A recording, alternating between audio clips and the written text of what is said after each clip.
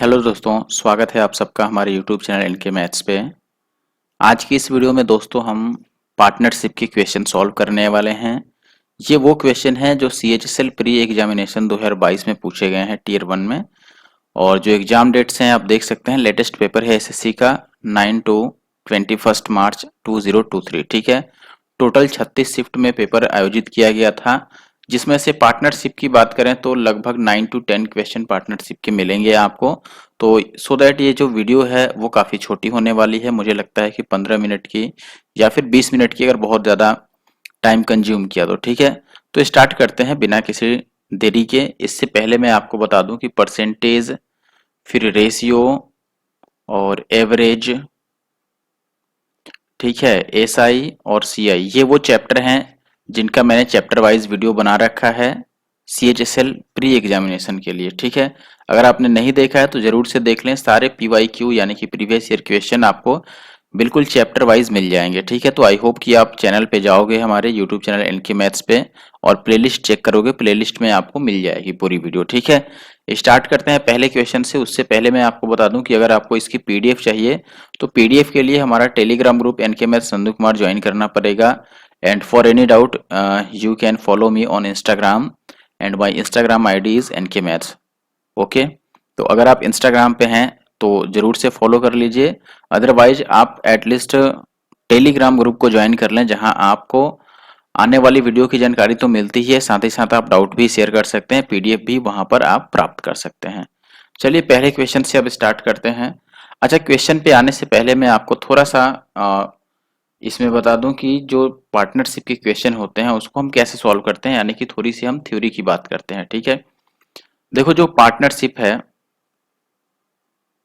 Basically ये ratio ही है। Partnership में बस एक ही फॉर्मूला है और एक ही थ्योरी है जो आपको याद रखना है, और वो ये है कि जब भी हम कुछ इन्वेस्ट करते हैं, मान लो पैसा इन्वेस्ट करें, या इन्वेस्टमेंट जो है वो पैसे के फॉर्म में ही नहीं होता है, टाइम भी इन्वेस्ट किया जाता है किसी चीज में। मैं फिलहाल बात करता हूं कि जैसे मान लो 3 लोग हैं, लेट से फर्स्ट पर्सन A है, दूसरा B है, तीसरा C। A ने X रुपए लगाए, B ने Y रुपए लगाए और C ने Z रुपए लगाए मान लो। ठीक है, और A ने T1 टाइम के लिए लगाया तो इसके टाइम से इसके इन्वेस्टमेंट को मल्टीप्लाई करोगे। B ने T2 टाइम के लिए लगाया तो ये T2 हो गया, और C ने T3 टाइम के लिए लगाया तो ये T3 हो गया। तो जो इन्वेस्टमेंट और टाइम का प्रोडक्ट होता है ना, इनका जो रेशियो निकलता है, इसी रेशियो में प्रॉफिट को डिवाइड किया जाता है, यानी कि तीनों का जो प्रॉफिट होगा वो इसी रेशियो में डिवाइड होगा। ठीक है, यानी कि A का इन्वेस्टमेंट इनटू टाइम इसके प्रॉफिट के बराबर होगा, B का इन्वेस्टमेंट इनटू B का टाइम, यानी कि B ने जो Y रुपए इन्वेस्ट किया ये कितने टाइम के लिए इन्वेस्ट किया, 1 साल, 2 साल, ठीक है, या फिर 1 मंथ, 2 मंथ्स। तो जैसे जितना टाइम ज्यादा होगा उतना ज्यादा उसको बेनिफिट होगा, या फिर जितना ज्यादा इन्वेस्टमेंट होगा उतना ज्यादा उसको प्रॉफिट मिलेगा। सीधी सी बात है कि इन्वेस्टमेंट इनटू टाइम, यानी कि इन्वेस्ट किया हुआ पैसा और इनटू का टाइम, इसका जो प्रोडक्ट आएगा इसी के रेशियो में मिलेगा प्रॉफिट। ठीक है, ये ध्यान रखना है हमेशा। और ये भी ध्यान रख सकते हैं कि अगर तीनों के लिए जो टाइम है वो सेम है, तो ऐसे केस में अगर T1, T2, T3 तीनों ही सेम है, ऐसे केस में जो इन्वेस्ट की हुई राशि है यानी कि जो रुपया है उसी रेशियो में प्रॉफिट डिवाइड कर सकते हैं आप डायरेक्टली। क्यों? क्योंकि ऐसे केस में टाइम तो कट जाएगा, क्योंकि हम तो रेशियो निकाल रहे हैं, और अगर T1, T2, T3 सेम हो जाए तो वो तो कैंसिल आउट हो जाएगा। ठीक है, अब आते हैं पहले क्वेश्चन से। आई होप कि आप कुछ हद तक बातें समझ गए हो। तो पहला क्वेश्चन जो है अपने पास ये है, PQ and R are partners and invest in a business. अब ये कह रहा है कि P जो है वो इन्वेस्ट करता है 1/5 of the total investment and Q invests 1/4 of the total investments. What is the ratio of investment of P, Q and R respectively. अब देखो ये कहीं से भी पार्टनरशिप का क्वेश्चन नहीं बना, मतलब जो हमने पढ़ाया अभी मैंने जो बताया उस पे, ये बेसिक सा रेशियो का क्वेश्चन हो गया। P जो है टोटल इन्वेस्ट का 1/5 ये इन्वेस्ट करता है। ठीक है, तो ये P, Q और R हो गया। अब देखो अगर 1/5 की बात करूं तो मैं मान लेता हूं कि टोटल जो है वो 5 यूनिट है, तो P इसका 1/5 करता है, यानी कि ये 1 यूनिट किया, और Q जो है वो टोटल का 1/4 करता है, ठीक है, सॉरी टोटल का 1/4 करता है। ठीक है, अब हमने 5 मान रखा है तो दिक्कत होगा, क्योंकि ये 1/4 है तो इसका 4 का भी मल्टीपल लेता है, इसको 4 को से मल्टीप्लाई कर दो, यानी कि टोटल में मान रहा हूं 20 को। तो 20 का 1/5 पी इन्वेस्ट कर रहा था, तो इसका 1/5 कितना हो जाएगा, 5 चौके 20 यानी कि 4 यूनिट। क्यू की बात करोगे तो ये 1/4 है, तो 4 से काटोगे तो ये 5 आ जाएगा, और 5 4 9 अगर चला गया तो आर के लिए 11 बचेगा, यानी कि 4 5 और 11 अपना आंसर होगा, जो कि ऑप्शन डी में है। आप सीधे सीधे परसेंटेज में भी लिख सकते थे, कोई दिक्कत नहीं था, जैसे आप पी क्यू आर लिखते। पी जो है वो 1/5 करता है, तो 1/5 का परसेंटेज जो इक्विवेलेंट होता है वो 20% होता है। क्यू जो है ये 1/4 है, 1/4 जो होता है वो 25%। अब आप देखोगे कि 20 और 25 45 चला गया तो 55% आर ने यहाँ पे इन्वेस्ट किया होगा। अब इनको कैंसिल आउट कर देते 5 से, तो 4 5 और 11 आ जाता। ये भी अपना आसान तरीका था। सेकंड क्वेश्चन पर आते हैं, अब क्वेश्चन नंबर 2। यहाँ पे बोला गया है कि P invest 4000 for 1 year, sorry, yes, Q joined him with an investment of 6000 after few months. If at the end of 1 year the ratio of profits of P and Q is 4 and 3, then Q joined after how many months? ठीक है, यानी कि Q ने कितने महीने बाद join किया था। अब देखिए, जैसे मैंने आपको बताया था कि हमें करना क्या है, यहाँ पर आप लिखोगे Q का इन्वेस्टमेंट यानी कि 4000, और इनटू में इसका टाइम, ये पूरे 1 साल के लिए यानी कि 12 महीने के लिए, 12 मंथ्स के लिए ये अपना इन्वेस्टमेंट इन्वेस्ट करता है। और sorry, this one is A, और you can write it P, this is P. और जो क्यू है, क्यू जो है वो 6000 रुपए यानी कि 6K लगाता है। कितने टाइम के लिए ये इन्वेस्ट करता है ये पता नहीं है, तो हम मान लेते हैं कि x महीने के लिए। ठीक है, टाइम जो हो गया वो x मंथ्स हो गया। अब यहाँ कैंसिल आउट करो तो आप देखो k से k कैंसिल हो जाएगा, और 6 से 6 दूना 12। तो p और q का जो इन्वेस्टमेंट का इनटू टाइम का रेशियो आ रहा है वो आ रहा है 4 2 8 अपॉन x। और आपको पता है कि यही प्रॉफिट का रेशियो होता है, तो प्रॉफिट यहाँ 4 3 दिया है तो आप 4/3 रखोगे। ये 4 दूना 8 कटेगा, और x की वैल्यू 6 मंथ्स आ गई। 6 मंथ्स का मतलब ये हुआ कि Q का जो पैसा था वो 6 महीने तक लगा हुआ था, यानी कि 6 महीने के लिए इसने इन्वेस्ट किया है। अब टोटल अगर 1 ईयर की बात है, यानी कि 12 मंथ्स की बात है, 12 मंथ्स में 6 महीने के लिए इन्वेस्ट किया है, यानी कि 6 महीने के लिए नहीं किया है, तो 6 महीने बाद ये आया होगा। ठीक है, 6 मंथ्स, तभी तो बाकी के 6 महीने ये इन्वेस्ट किया। नेक्स्ट क्वेश्चन है अपने पास, X Y and Z invested rate this and this respectively in a business. They invested the money for 3 2 and 4 years respectively. If the total profit is this, what is the share of y in the profit? ठीक है, अब सीधी सी बात है, वैसे ही लिखोगे आप कि जो इनके प्रॉफिट का रेशियो होगा वो होगा इन्वेस्टमेंट इनटू टाइम में। ठीक है, तो एक्स वाई जेड मैंने लिख दिया है। अब यहां पर आप लिखोगे एक्स का इन्वेस्टमेंट है कितना, 4000, तो मैं 4 ले रहा हूं। कितने समय के लिए भाई, 3 इयर्स के लिए। ठीक है, वाई का कितना है भाई, 6000 है 2 साल के लिए, और जेड का 8000 है 4 साल के लिए। अब रेशियो को डिवाइड कर लो, अगर कटता है तो जैसे 4 यहां से कटेगा, ये 3 दूना 6 काट दो, और ये भी 2 काट दो, 4 कट गया, और ये 4 कट गया, तो ये 3 3 और 8 आ गया। अब टोटल कितना बन रहा है ये बताओ, टोटल प्रॉफिट कितना हो रहा है, क्योंकि ये प्रॉफिट का ही रेशियो हो गया, 3 3 6 और 8 14, लेकिन क्वेश्चन में ये 56,000 है, तो 14 की वैल्यू अगर इतना है तो एक की वैल्यू 14 चौके 56 4000, और हमसे y का पूछ रहा है, मीन्स 3 का पूछ रहा है, तो 3 की वैल्यू 4 3 12,000, तो 12,000 is the answer. Now this is question number 4। A sum of rate this is to be distributed among Ridhan, ठीक है, विधान, सॉरी विहान है, in the proportion of 2:3 was. अब ये क्वेश्चन होमवर्क हो गया, क्योंकि ये बहुत बड़ा क्वेश्चन नहीं है। होमवर्क के आंसर कैसे करना है, हैशटैग और एनके मैथ्स लिखना है आपको बिना किसी स्पेस के, एनके मैथ्स एस भी लिखना है, फिर स्पेस देना है, आपको लिखना है क्वेश्चन नंबर 4, और इसके आंसर ABCD एनीथिंग जो भी आपका आंसर आए। क्वेश्चन नेक्स्ट है अपने पास, 13,000 is divided among X Y and Z such that 2 times of X share is equal to 3 times of y share which is equal to 4 times of z share. What is the share of y? Basically ये सीधा सीधा ratio का question हो गया। ये कह रहा है कि देखो, जो 2 गुना है x का यानी कि 2x, ये किसके बराबर है? 3 टाइम्स ऑफ y यानी कि 3y, और ये 4 टाइम्स ऑफ z के बराबर है। तो यहाँ से x, y और z का पहले रेशियो ले लो। कैसे लिखोगे आप? डायरेक्ट x लिखना है तो x को छोड़ दो, ये 4 तियां 12 हो गया। y लिखना है तो y को छोड़ दो, इनको मल्टीप्लाई कर दो, 4 टू सा 8। और अगर 4 इसको z को लिखना है तो इसको हटा के इसको मल्टीप्लाई कर दो 6। कैंसिल आउट करो 2 से तो ये 6 आएगा, this is 4 and this is 3। अब सबको ऐड कर लो आप, तो 6 4 10 3 13 हो गया, और 13 की वैल्यू 13 के है। तो आपसे पूछ रहा है यहाँ पर y का हिस्सा, तो y 4 है तो 4 की वैल्यू 4 के हो जाएगा, means 4000। Option B will be the answer. Now this is question number 6। 43120 rupees is divided among P, Q and R such that P's share is 4/7 of total share of Q and R together, and Q's share is 2/5 of total share of P and Q together. What is the share of R? ठीक है, पहले question ऐसे आया हुआ SSC में। ठीक है, तो ये भी सिंपल रेशियो का क्वेश्चन होगा। देखो इसमें ये कह रहा है कि P का जो शेयर है वो किसके बराबर है? Q और R के टोटल हिस्से के 4/7 के, यानी कि P जो है ये है Q प्लस R, इसका 4/7। मीनिंग क्या हुआ कि P रेशियो अगर Q प्लस R लिखोगे तो ये 4/7 आएगा। ऐसे ही दूसरा जो लिखोगे Q का हिस्सा P और R के टोटल हिस्से का 2/5 है, यानी कि जो Q है ये P प्लस R का कितना होगा? 2/5 होगा, राइट। अब यहां से एक चीज आप समझना जरा, किसी भी एक को उठा लो, वैसे हमसे R का हिस्सा पूछ रहा है, ठीक है, तो R का हिस्सा पूछ रहा है तो R आप डायरेक्टली कैसे निकाल सकते हो? P और Q निकल जाए तो R भी निकल जाएगा। जैसे यहां से देखो, अगर मैं इसको ऐड करता हूं तो आप बोलोगे 7 और 4 11 यूनिट आ गया, ठीक है। और इधर देखो, इनको अगर ऐड करता हूं तो ये बेसिकली P, Q और R की वैल्यू आएगा, इनका सम आएगा टोटल। तो 11 की वैल्यू यहां से कितना हो रहा है? 43,120।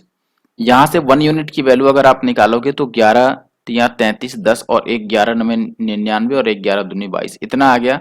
और P की वैल्यू मैं निकाल लेता हूं, P यानी कि 4 यूनिट की वैल्यू, तो ये 4 इंटू इतना हो जाएगा, यानी कि 0 4 दूना 8। ठीक है, और अगर यूनिट डिजिट आप देखोगे तो सब में यूनिट डिजिट अलग अलग है, क्यों नहीं? दो ऑप्शन में सेम है, कोई बात नहीं, चलो आगे बढ़ जाते हैं। ये 4 दूना 8 और 9 चौके 36 का 6 और 3 चौके 12 और 3 15, इतना आ गया, ये आ गया P की वैल्यू। ठीक है, ऐसे ही यहां से Q निकाल लो, ये 5 और 2 7 की वैल्यू कितना आ जाएगा टोटल? फिर से वही वैल्यू रखोगे, 43120 और 7 से इसको काटोगे तो 1 यूनिट की वैल्यू 7 छक्के 42। ठीक है, फिर 1 और 1 तो 7 एक बार में, और 7 छक्के 42 और 0 इतना आ गया। और इसका डबल करोगे तो ये Q की वैल्यू आ जाएगा, कितना आ गया आपके पास? 0 6 दूना 12 और 2 एकम 2 और 1 3 और 6 दूना 12, ये आ गया। अब R की वैल्यू अगर निकालना है तो आप क्या करोगे? टोटल वैल्यू में से, यानी कि 43120 में से P और Q को माइनस करोगे, P प्लस Q, तो ये 0 में 0 जोड़ोगे 0, और ये 8 और 2 10 का 0, और फिर ये 6 और 3 9 और 1 10 का 0। तो लास्ट में 3 जीरो आने का मतलब सीधा सीधा है कि इसमें से जब माइनस करोगे तो ये लास्ट का 3 डिजिट बनेगा, 120 is the last 3 digit of the number. आप एक ही बार दोनों को सेम भी कर सकते थे वैल्यू, लाइक मैं बता देता हूं आपको एक बार, ताकि आपको ये न लगे कि ये लंबा मेथड है। आप ऐसे भी कर सकते थे कि ये टोटल 11 है, ये टोटल 10 है, तो आप इसको 10 से मल्टीप्लाई कर दो और इसको 11 से मल्टीप्लाई कर दो। ठीक है, फिर ये 11 दहा 110 को 7 से मल्टीप्लाई कर लेते हैं आप डायरेक्ट, ठीक है, और फिर उसकी वैल्यू को आप इसके बराबर कर लेते, तो वो भी थोड़ा टाइम कंज्यूमिंग होता और वहां कैलकुलेशन थोड़ा सा बढ़ता। नेक्स्ट क्वेश्चन है, an amount of this rupees is divided among P, Q and R such that P's share is 5 times of Q share and R का शेयर जो है वो 1/3 P का शेयर है। तो आपको बताना है R का शेयर कितना है। देखो ये कह रहा है कि P का शेयर 5 टाइम्स है Q के, यानी कि P जो है वो Q का 5 टाइम्स है, तो यहां से P और Q का आप रेशियो लिख सकते हो, दिस इज 5/1। ठीक है, वैसे ही Q का शेयर R के शेयर का 1/3 है, Q का शेयर जो है वो R के शेयर का 1/3 है, यानी कि Q/R जो है दिस इज 1/3। अब Q यहाँ भी 1 है, Q यहाँ भी 1 है, तो डायरेक्ट आप PQR का रेशियो लिख सकते हो, कोई दिक्कत ही नहीं है।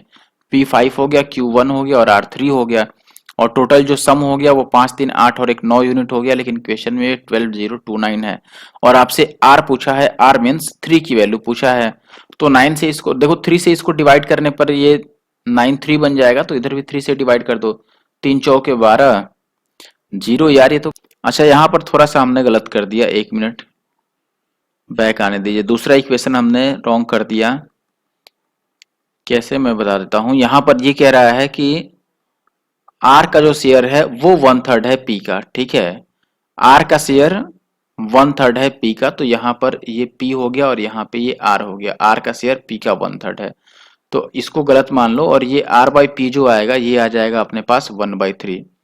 अब यहाँ पर देखो दोनों केस में P की वैल्यू अलग अलग है, यहाँ पर P3 है और यहाँ पे P5 है, तो P की वैल्यू को सेम कर लो। अगर आप P की वैल्यू को सेम करना चाहते हो तो यहाँ पर मल्टीप्लाई करोगे किससे भाई, देखो 3 से, और यहाँ मल्टीप्लाई करोगे 5 से, तो 3 से मल्टीप्लाई करोगे तो अब P कितना आएगा आपके पास, मैं ऐसे लिख देता हूँ P Q और R, P आ जाएगा 5×3=15, Q को भी अब 3 से मल्टीप्लाई करना होगा तो ये 3 यूनिट आ जाएगा, और R जो आएगा यहाँ भी 5 से मल्टीप्लाई होगा क्योंकि इसमें ऊपर नीचे हम 5 से मल्टीप्लाई कर रहे हैं तो R 5 आएगा। ठीक है, टोटल सम ले लो, ये 15 और 5 20 और 3 23, तो 23 यूनिट की वैल्यू आ गई कितनी, 212,029, और आपको बतानी है आर का हिस्सा यानी कि 5 यूनिट की वैल्यू। अब देखो 5 यूनिट की वैल्यू चूंकि बतानी है तो आपको पता है कि 5 यूनिट का वैल्यू जो भी आएगा वो 5 से डिवाइड हो जाएगा। 5 से डिवाइड होने का मतलब लास्ट डिजिट शुड बी 0 और 5, तो लास्ट डिजिट जिसका 0 या 5 हो आंसर होगा, बाकी किसी भी ऑप्शन में 0 या 5 है ही नहीं, मजबूरी है, ऐसा है ही नहीं कि हम अब कैलकुलेट करने बैठ जाए यहाँ पे। नेक्स्ट क्वेश्चन पे आते हैं, क्वेश्चन नंबर 8। अनुज ने 30,000 रुपए निवेश करके एक व्यवसाय शुरू किया। 6 महीने बाद अजय 45,000 रुपए की पूंजी के साथ उसके साथ जुड़ गया। 3 महीने के बाद अंकित भी आ गया इसमें 60,000 रुपए लेकर। अब बताना है कि एक साल के अंत में 18,000 रुपए का फायदा हुआ, तो इसमें अनुज का हिस्सा कितना है।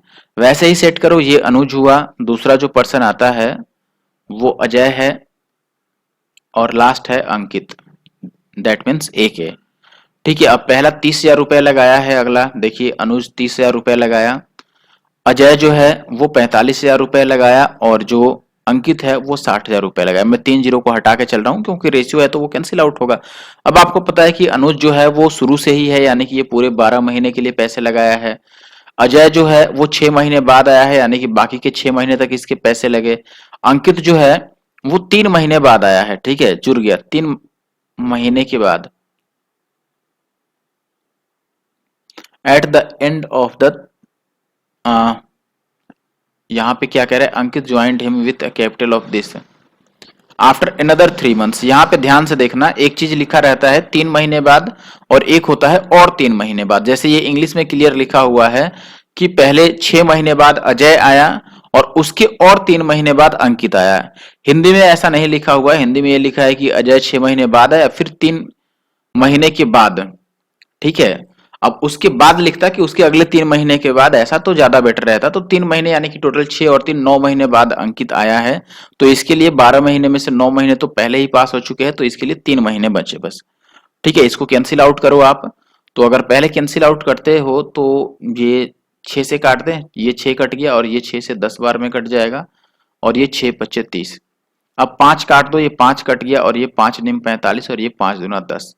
अभी भी 3 काट सकते हो, ये 3 काट दिया, ये 3 तिया 9 और ये 3 चौके 12, तो 4 3 और 2 आ गया। टोटल सम हो गया 4 3 7 और 2 9 यूनिट, जिसके वैल्यू जो है यहाँ पे यानी कि प्रॉफिट जो है वो 18,000 है, यानी कि 18 के, तो 1 यूनिट की वैल्यू 2 के हो गया। और आपसे अनुज का पूछ रहा है, यानी कि 4 यूनिट की वैल्यू हो गया 8 के, मीन्स 8,000 रुपए। Now this is last question of this video. Nikhil और नेहा 5 और 4 के अनुपात में पूंजी निवेश करते हैं। नेहा ने निखिल द्वारा निवेश किए गए समय से 1 वर्ष अधिक के लिए अपना पैसा निवेश किया। उनके लाभ का अनुपात 6:5 का है, तो आपको बताना है कि नेहा ने कितने समय के लिए पैसा निवेश किया था। बिल्कुल सेम टाइप से आप स्टार्ट करोगे, जैसे यहां पर दिया है कि कैपिटल का जो रेशियो है वो 5:4 है, 5 और 4, ठीक है। This one is Nikhil and this is Neha. अब ये कह रहा है कि ये तो कैपिटल हो गया, आपको पता है कि जो कैपिटल इनटू टाइम होगा वो इक्वल टू में होता है किसके, रेशियो के बराबर, प्रॉफिट के। तो टाइम जो है यहां पर दिया है, the time Neha invested her money for was 1 year more than but invested bye Nikhil, ठीक है। यानी कि नेहा जो है वो निखिल द्वारा लिए गए समय से 1 वर्ष ज्यादा के लिए अपना पैसा इन्वेस्ट की, ठीक है। इसका मतलब ये हुआ कि आप ऐसे कह सकते हो, नेहा का पूछा गया है तो नेहा ने अगर मान लो टाइम टी यूनिट लिया है, तो जो निखिल होगा, अब यहां पर ये लिखा है कि 1 वर्ष ज्यादा उसने लगाया है निखिल से, ठीक है, तो निखिल का उससे 1 साल कम हो जाएगा, ये बात आप समझ गए। रेशियो ले लो, ये 5 into T minus 1 upon 4t, this is equal to 6/5। Cross multiply करो आप तो ये आ जाएगा 5×5 = 25 और इंटू टी और माइनस का 5×25 दिस इज 24 टी। तो इसको इधर लाओगे तो टी की वैल्यू डायरेक्टली 25 आ जाएगा। 25 ईयर्स मीन्स ऑप्शन बी। ठीक है, इस वीडियो में इतना ही, मिलते हैं नेक्स्ट वीडियो में। Thank you for watching the video.